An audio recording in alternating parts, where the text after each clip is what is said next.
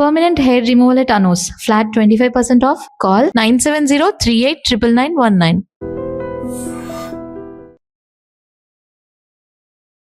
బెంగాల్లో బీజేపీ ప్రభుత్వం ఏర్పడిన తర్వాత ఇప్పటికే బెంగాల్లో ఉన్న బంగ్లాదేశ్లందరూ వారి దేశానికి వెళ్ళారా, లేదు బంగ్లాదేశ్ నుంచి తిరిగి బెంగాల్లోకి వస్తున్నారా?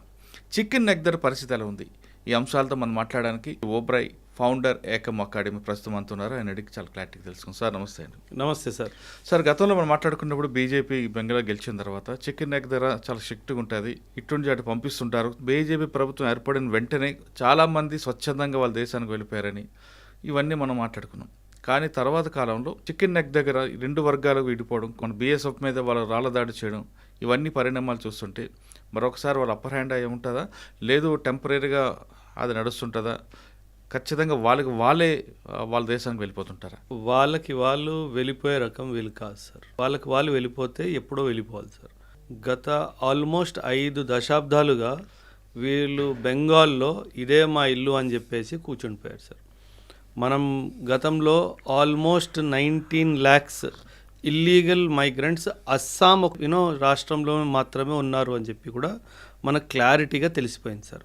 అస్సాము బెంగాల్తో కంపేర్ చేసుకుంటే చాలా తక్కువ మంది అస్సాంలో ఉన్నారు, చాలా ఎక్కువ మంది బంగ్లాదేశీలు వెస్ట్ బెంగాల్లో ఉన్నారు అని చెప్పి నా అనుమానం సార్. మనం ఎన్నో వీడియోలు చూసాం సార్. వేల సంఖ్యల్లో ఈ ఇల్లీగల్ బంగ్లాదేశీలు మన వెస్ట్ బెంగాల్ నుంచి అస్సాం నుంచి ఇంకా తరలి తిరిగి వెళ్ళిపోతున్నారు సార్. అండ్ మీరు ఒక మాట అన్నారు సార్, అక్కడి నుంచి మళ్ళీ వస్తున్నారా? వచ్చే ప్రసక్తే లేదు సార్, ఒక్కడు కూడా రాడు సార్. అందుకే మనం చాలా పకడ్బందీగా ఫిజికల్ బార్డర్తో పాటు బీఎస్ఎఫ్తో పాటు డిజిటల్ బార్డర్ ఫెన్సింగ్ కూడా మొత్తం చేస్తున్నాం సార్. శాటిలైట్స్ అన్నీ ఆ ఏరియాస్ని చాలా క్లోజ్గా అబ్జర్వ్ చేస్తున్నాయి. డ్రోన్స్ ద్వారా సర్వేలెన్స్ జరుగుతుంది. అన్ని ఇంపార్టెంట్ ఏవైతే చోక్ పాయింట్స్ ఉంటాయో, ఎక్కడి నుంచి సాధారణంగా వీళ్ళు వస్తారో అవన్నీ బ్లాక్ చేయడం జరిగింది.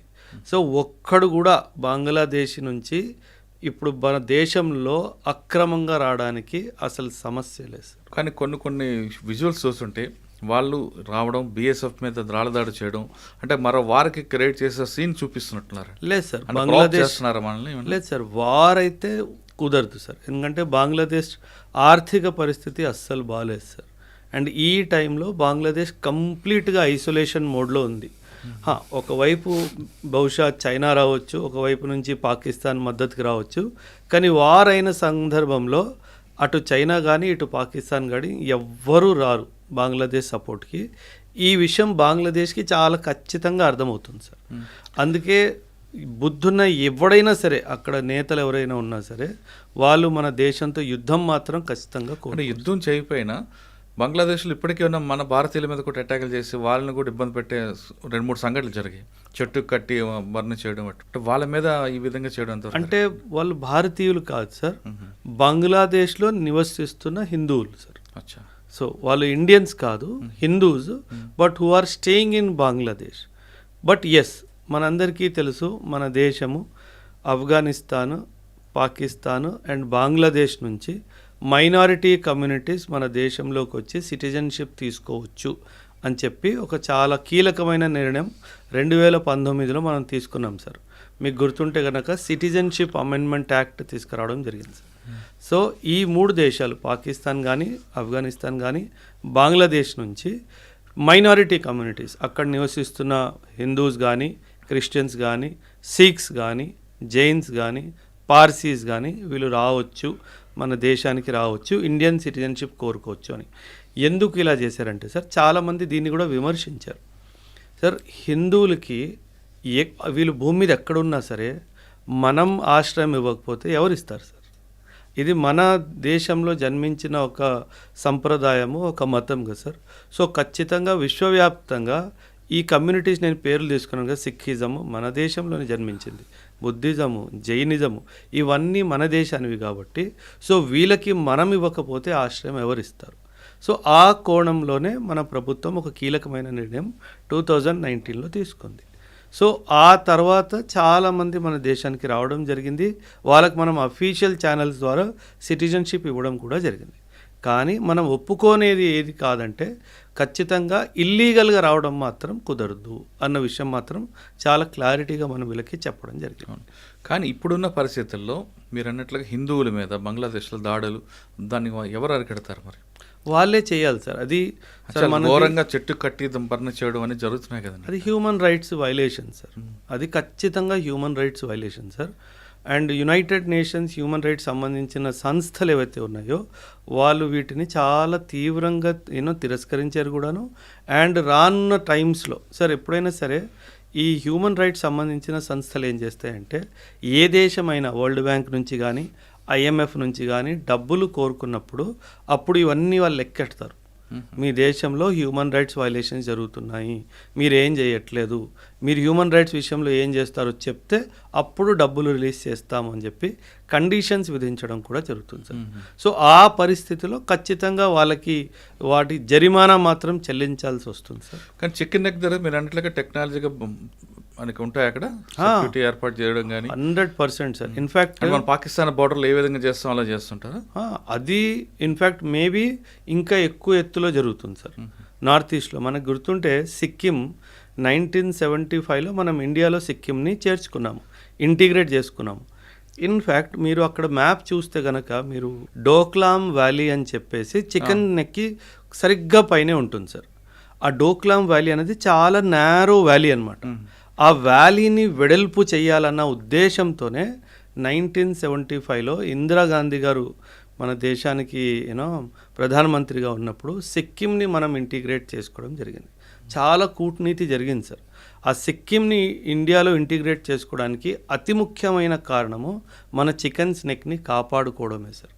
ఒకవేళ నార్త్ నుంచి చైనా గనక అటాక్ చేస్తే మనం సిక్కిం నుంచి ఒకవైపు, భూటాన్ నుంచి ఇంకోవైపు మనం కౌంటర్ అటాక్ చేయడానికి వీలవుతుంది. సో ఈ విషయం చైనాకి అర్థమవుతుంది. అందుకే 1975లో మనకి సిక్కిం మన ఇండియాలో జాయిన్ అయినప్పటికీ 2003 వరకు చైనా సిక్కింని ఇంటీగ్రల్ పార్ట్ ఆఫ్ ఇండియాలా భావించలేదు. ఫైనలీ 2003లో ఇది జరిగింది. మీరు డోక్లా గురించి మాట్లాడారు కాబట్టి అవును సార్, చాలా మంది మిమ్మల్ని మీ ఇంటర్వ్యూలో అడుగుతున్నారు.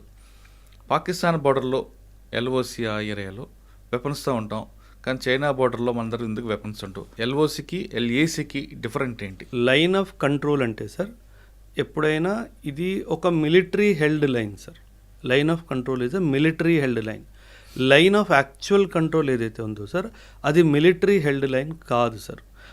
ఉన్నారు, ట్రూప్స్ పోస్టెడ్ ఉన్నారు, కానీ పరిస్థితులు పాకిస్తాన్తో ఎలాగైతే దారుణంగా ఉన్నాయో అలా LACలో లేవు సార్. 1962లో మనకి చిన్న యుద్ధం ఏదైతే జరిగిందో చైనాతో, ఆ తర్వాత మనం ఒప్పందంకి వచ్చింది ఏంటంటే ఆయుధాలతో మనం బార్డర్ వైపుకి వెళ్ళకూడదు, ఈ ఒక్కవేళ గొడవ జరిగినా సరే మనం ఫైర్ వెపన్స్ని వాడకూడదు, సో దట్ వార్ ఎస్కలేట్ అవ్వకుండా చూసుకోవడానికి. మీరు చూసుంటే కనుక సార్ JNKలో కూడా చైనా బార్డర్ ఉంది మనకి. మనం దెప్సాంగ్ వ్యాలీస్, పెంగాంగ్సో లేక్, ఇక్కడ మీకు గల్వాన్ క్లాషెస్ గుర్తుంటే కనుక మీరు చూస్తే అందులో లాఠీలతో కొట్టుకుంటున్నారు తప్పితే ఆయుధాలు ఎవరు వాడట్లేదు. ఎందుకంటే అదొక ఒప్పందం ఉంది కాబట్టి. సో దట్ ఒక చిన్న విషయము పెద్ద యుద్ధంగా మారకుండా ఉండడానికి రెండు దేశాలు కలిసి తీసుకున్న ఒక మంచి నిర్ణయం.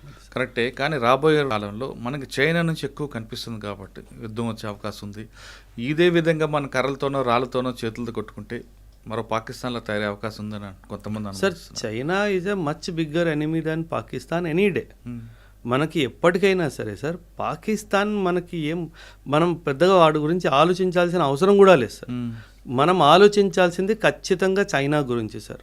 సార్ ఎప్పుడైనా సరే మిలిటరీ శక్తి ఏంటో దీనికి 3 పిల్లర్స్ ఉంటాయి సార్. ఒక సోల్జర్ బార్డర్ దగ్గర నిల్చొని యుద్ధం ధైర్యంగా పోరాడుతున్నాడు అంటే దానికి 3 కారణాలు సార్. ఒకటి, ఆ సోల్జర్ చేతిలో మనం ఇచ్చిన ఆయుధము.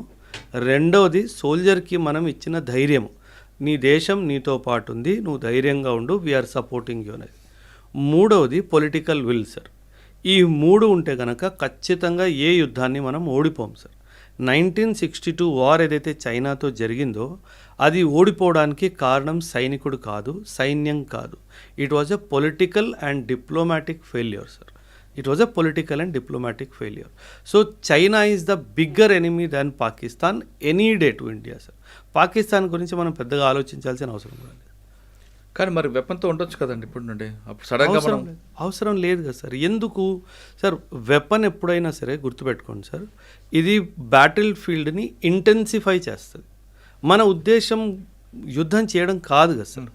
ఏ దేశమైనా సరే యుద్ధం కాకుండా మాటలతో, డిప్లొమసీతో ఒక పీస్ని ఎస్టాబ్లిష్ చేయడానికే ప్రయత్నిస్తుంది.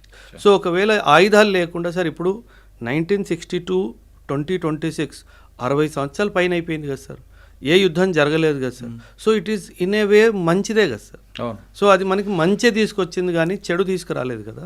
So it is working well for us.